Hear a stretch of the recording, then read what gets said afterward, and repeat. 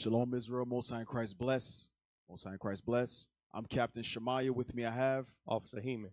And welcome to another episode of 15 Minutes with the Captains. And today's topic is preeminence. Okay, preeminence. We're going to go through a few scriptures. Lord's will can wrap it up or compact it within 15 minutes to give some understanding. All right. So we're going to open up with the definition. The definition of preeminence. Preeminence, the fact of surpassing all others. Read some synonyms. Superiority, supremacy, greatness, excellence, distinction, prominence, predominance, eminence, peerlessness, Okay. transcendence, importance, prestige, stature, fame, renown, celebrity, supereminence. So you would think all of these terms sound very positive, and it would sound like a good thing to have or desire. So let's go through the scriptures because there's a way to do everything, right? Let's go to Ecclesiasticus, the book of Sirach, chapter 7 and verse 4. Ecclesiasticus 7 and verse 4. Ecclesiasticus chapter 7, verse 4. Seek not of the Lord preeminence, neither of the king the seat of honor. So here's something that's very important because, like I may mention, the definition, everything was pretty much on the up and up. Prestige, excellence, greatness, stature. But here we're reading in the book of Sirach or Ecclesiasticus. What does it say again? Seek not of the Lord preeminence. It says, seek not of the Lord preeminence. Okay. So now we have to go through the scriptures and wonder, why should we not seek preeminence, being that they have good qualities about them? Okay, just read that one more time for me so then we can move on. Seek not of the Lord preeminence. All right, so it says, don't seek superiority, don't seek supremacy, don't seek greatness, don't seek excellence. Is that what the Lord is really talking about? Go ahead. Neither of the king the seat of honor. So it says, don't seek the seat of honor from the king either, because guess what? To whom much is given, much is required. So you sit in a seat of honor, everyone looks at you as the go-to guy. And if you're not really the go-to guy when they do come to you, you're going to mess things up. So let's see. Let's go to Psalm 75 and verse 6. We're going to keep it very basic, very, very basic. Psalm chapter 75, verse 6. Come on. For promotion cometh neither from the east. So now, the promotion goes into the supremacy, importance, prestige, because you're now being raised up in position. So who does that come from? Nor from the west. No, read from the top again. Yes, sir. For promotion cometh neither from the west, from the east, from the west, nor from the south. From the top. For promotion cometh neither from the east, nor from the west. Go above. Verse 5. Lift not up your horn on high. Speak not with a stiff neck. For promotion cometh neither from the east. So now it's telling you, don't move in a posture that you can't be corrected or directed. Okay, don't have a stiff neck, because before you get promoted, you had someone over you to guide you. I want to be very clear. Go ahead. Nor from the west, nor from the south. Come on. But God is the judge. But God is the judge. Promotion comes from God. God judges the inner portions of a man, not the outer. Your stature means nothing. Your lack of means nothing. It's the content of your spirit that God is really looking at to see if you're worthy of that promotion, right? Or that preeminence. But let's keep going. Let's go to Proverbs chapter 3. Proverbs chapter 3 and verse 35. Because if that spirit that's being weighed is not good, let's see. Proverbs chapter 3, verse 35. Come on. The wise shall inherit glory. So those who move in wisdom, in the keeping of God's commandments, you're going to inherit glory. But keep reading. but shame shall be the promotion of fools. So here's the flip side. What type of promotion a foolish man, woman would get? This is the reward of the fools. It says it's shame. It's shame. So in one context, you can be lifted up and exalted to gain glory, both here on earth, meaning recognition among men, or the latter portion will be the kingdom. The flip side to that is your promotion will be shame. It will be shame, meaning every time you're made mention of, or your name, as we're going to read here, we're going to read a couple of names. And every time anyone hears those names out of the Bible, you automatically associate it with shame. So let's be very mindful of that. So don't seek the preeminence of the Lord, because the Lord is weighing your spirit, your content, your character, to see if you're worthy to sit in that position for glory or for shame. I hope we all understand that. So let's go to the book of 3 John. 3 John 1 and verse 9. 3 John, verse 9. I wrote unto the church, but Diotrephes, who loveth to have the preeminence among them. So now, every time anyone who has any biblical knowledge hears the name Diotrephes, it doesn't have the best, leave the best taste in your mouth, or doesn't have the best, legacy attached to it. So read that again. I wrote unto the church, but Diotrephes, who loveth to have the preeminence. He loves to have the preeminence. He loves to have the fame. He loves to have the importance, the prestige. He loves to have that greatness. He loves to have that superiority. He loves it. He lives for it. But here's the thing. The apostles were over him. I want you to see what this is. In order to be weighed worthy in the eyes of the Lord for promotion, you have to have been an excellent support or excellent servant to be a superior, a famous, a renowned, a great leader. You had to have served well, because Christ himself said the greatest among you is the servant. Christ himself said that. The greatest among you is a servant. So in order to be a great leader, you must have had to have been great in your service, great in your office, great in your ability to take instruction and correction. You had to be great at that. In order to do it when you're now a leader, the ability to do it, you know what feelings go through men when they're being corrected. So you can deal with that man accordingly. You know what it is to feel a certain way, so you can now deal with that man or that group accordingly, because you were able to take that correction, take it well, use it as fuel to guide the next set of men coming behind you. But if you love the preeminence, or you seek the preeminence of the Lord, shame shall be your glory. Know that for a certainty. Finish that 3 John, please. Verse 9. I wrote unto the church, but Diotrephes, who loveth to have the preeminence among them.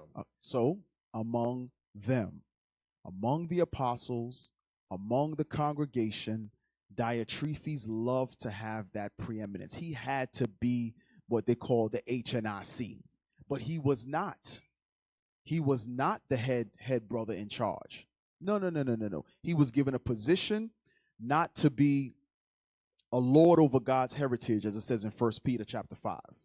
His job was to lead God's heritage, to deal uprightly with God's heritage, to watch over God's heritage, to guide God's heritage. But because his main focus was having that status, he forgot charity, he forgot respect, he forgot dignity, he forgot integrity, he forgot all of that, and then began to disrespect the HNICs for real.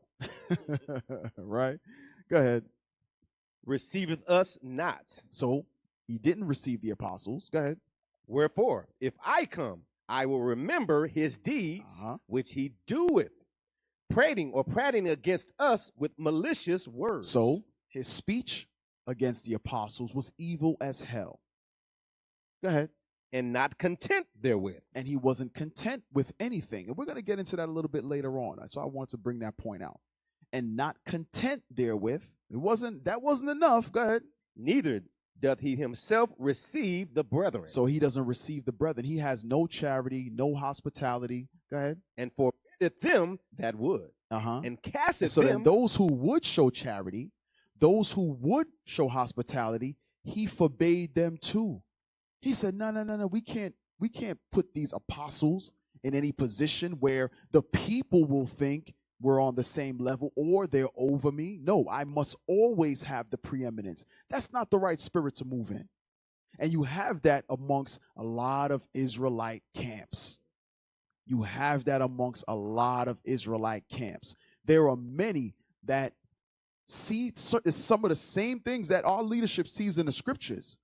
They will never teach it because it was our leaders, our bishops and deacons that brought it out. They will never follow it because they want to remain in the seat having the preeminence. It's not about the scriptural understanding. It's not about the spirit that Christ is moving through the congregation and stirring up the minds of our leaders and giving them understanding. No, that's not the point. The point is y'all are the ones that brought it out. So therefore, if I give y'all any credit, if I say that y'all were the ones in the spirit, I'm going to lose my preeminence. Damn. But we're reading about a brother that was moving in that spirit. Read the top part of 10 again. Wherefore, if I come, I will remember his deeds which he doeth. So this is the same thing that Christ is going to do. He's going to remember your deeds. Go ahead. Prating against us with malicious words. Come on. And not content therewith. Neither doth he himself receive the brethren, and forbiddeth them that would. So now let's go to Matthew 23, verse 6. So he loved to have the preeminence. He loves it. But guess what? There are many examples of those that love that preeminence. Verse 6 and 7. Matthew chapter 23, verse 6. And love the uppermost rooms at feasts. There it is again. They loved the Pharisees, Sadducees, and scribes. They loved the uppermost seats and the let's read it again because I'm going to jack it up. And love the uppermost rooms. Love the uppermost rooms. That's like having a skybox, right? That's like the skybox. None of the celebrities want to sit field side. They want to sit in the skybox. Okay, go ahead. At feast. And the chief seats. And the what? The chief seats. The best seats. In the synagogue. In the synagogue, they wanted to be strolled in, escorted to the chief seats. No one better not be sitting in that seat when they get there. You got their seat all warm with your butt. Your butt. No other butt is allowed to warm that seat. Go ahead. And greetings in the market. So when they're about in the street, they also want those same kind of greetings. So meaning what? They want to be known by everyone. So they'll give themselves foolish titles. They'll give themselves foolish claims of who they are and who they are to Christ and things of that nature. Foolishness, because they want to be known everywhere they go by everyone. But you can be known for the wrong reasons. Read. And to be called of men, rabbi, rabbi. So to be called of men, the top teacher, the top master, that's their desire. So they give themselves these titles, right? They give themselves these positions. The grand poobah of 39,000. Okay, have at it. Let's see how that works out for you, because it has nothing to do with you setting yourself up and desiring the preeminence. That's not how the Lord works. But let's see. John 11, verse 48. I know I'm almost just at 15. I'm trying to keep my timer here, trying to do better. John chapter 11, verse 48. Come on. If we let him thus alone, all men will believe on him. And the Romans, shall come and take away both our place and nation. So those same ones that love the uppermost rooms, the skyboxes, they love the chief seats, they love to be called rabbi in the marketplace. These same ones, it says what? If we let him thus alone. If they leave Christ alone, meaning another teacher that's now on the scene outside of the sect of the Pharisees, Sadducees, and scribes. Go ahead. All men will believe on him. Wait a minute. It says all men will believe on him, but what were they worried about? Go ahead. And the Romans shall come and take both our place and nation. So they were worried about their position or their preeminence being taken away. But it's not because someone came and said, I want to be the HNIC. No, it's obvious through the work speaks for itself. Christ said, if thus believe for the work's sake. Because of the work he's doing, why would you not believe? Why would you not succeed to him? Why? He's the Son of the living God. And trust me, his spirit is moving throughout. I'm not going to just say this organization or this congregation, but through congregations. So no one can glorify themselves to take away his preeminence, because we're going to get to that as well. He gets the preeminence. But Matthew 27:17. Yeah, I already went over. I'm sorry. I do it every time. Matthew chapter 27. Pray for me.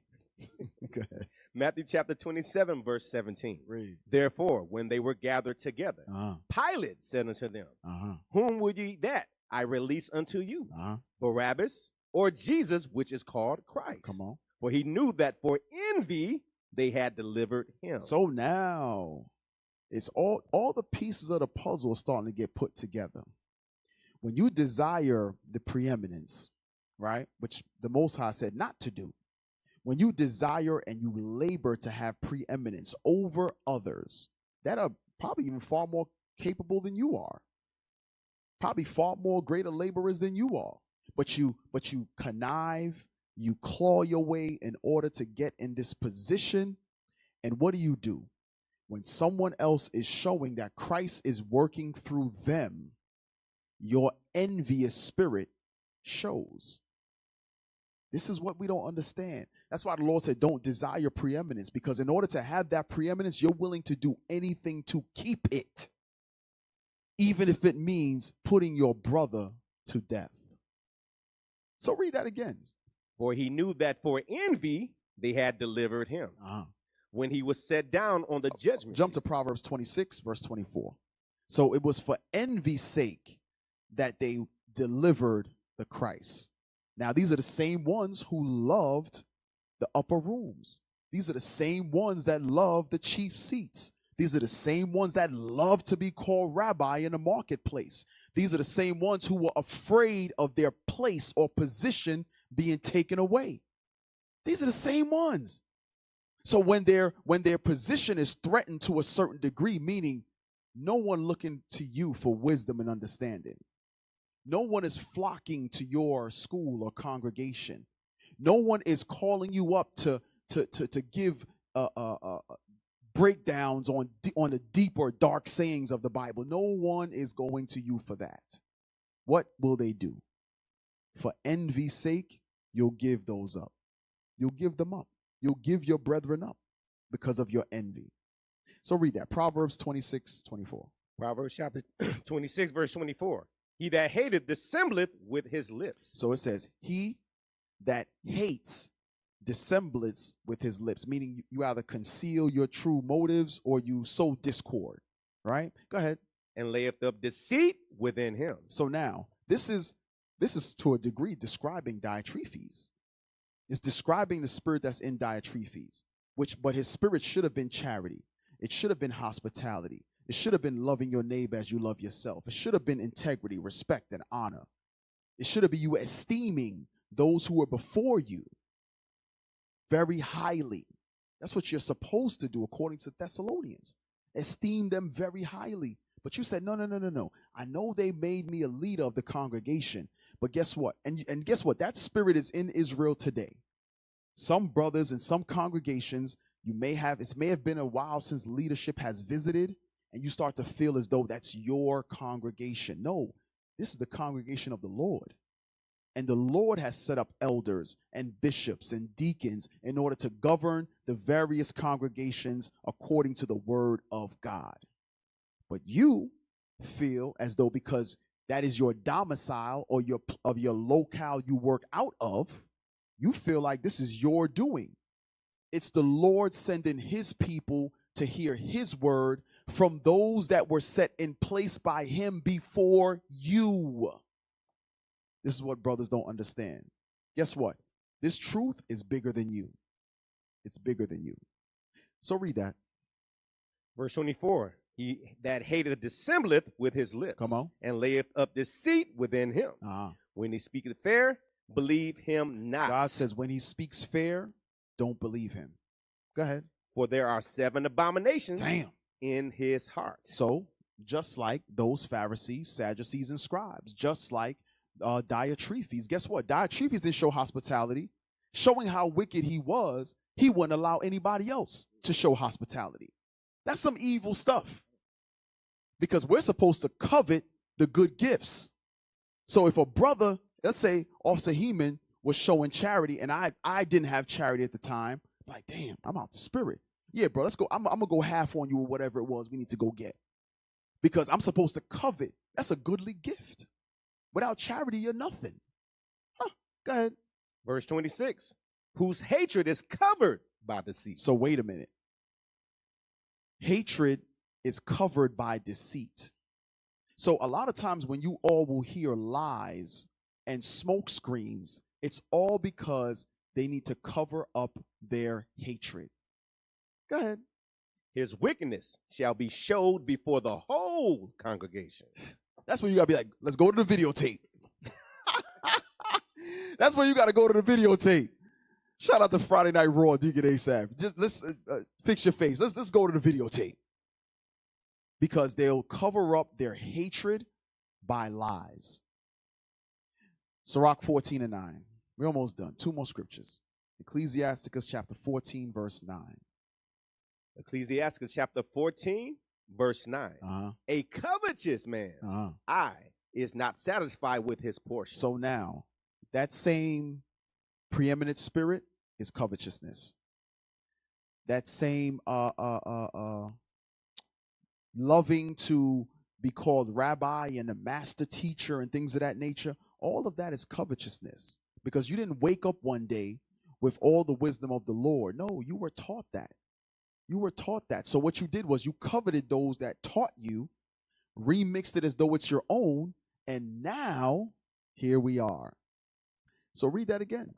A covetous man's eye is not satisfied with his portion. So a man that desires preeminence, he's not happy with the position he's in.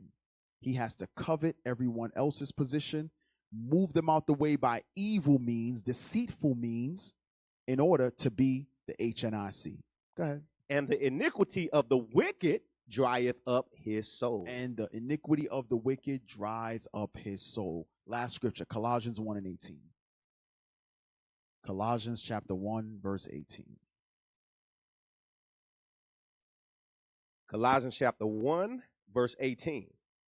And he is the head of the body. So Christ is the head of the body. Always remember that. Go ahead. The church, who is the beginning, the firstborn from the dead, that in all things, everything as far as the eye can see, touch, smell, or hear, go ahead, he might have the preeminence. That he might have the preeminence. Christ gets the glory in all things. Because when you read in the verse, go back to verse 17. Verse 17. And he is before all things. And by him all things consist. So why would he not have the preeminence? All things consist because of him. So I don't think Christ is worthy of that preeminence. I hope we all understand that. So some brothers that's moving in that spirit that want to have the preeminence, remember in Sirach chapter 7, it says, don't seek the preeminence. Don't do it. Because you must learn to glory our Father and his Son, the Christ.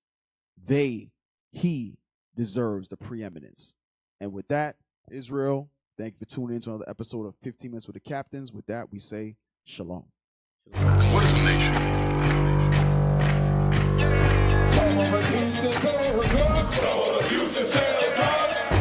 Nation is men leading by example.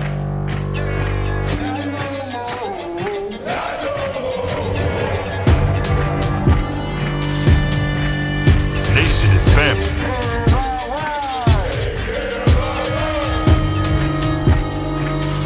Nation is community. Nation is children with role models.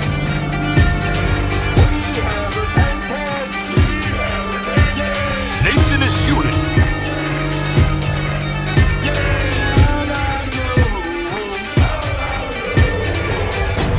Nation is you.